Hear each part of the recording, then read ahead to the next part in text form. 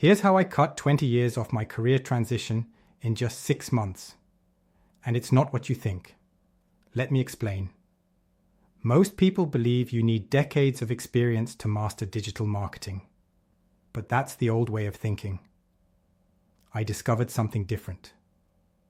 After years in traditional business, I cracked the code to accelerate career transitions, and the results are insane.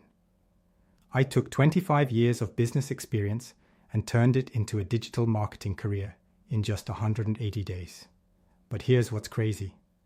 I did it without coding skills, without a tech background, and without sacrificing my life experience. In fact, my age became my secret weapon. But that's not even the wildest part. The system I used is so simple that I've now helped over 400 professionals over 40 do the same thing. One student went from sales manager to digital marketing director in just 97 days. Think about it. While most people spend years trying to catch up with technology, we're using a completely different approach. By focusing on strategy first and tools second, we're actually moving faster than the 20-somethings. The real question is, will you spend the next 20 years trying to catch up? Or will you join us in transforming decades of experience into digital success in months?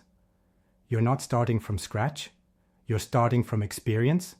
And this time, you're building something on your terms. The next move is yours.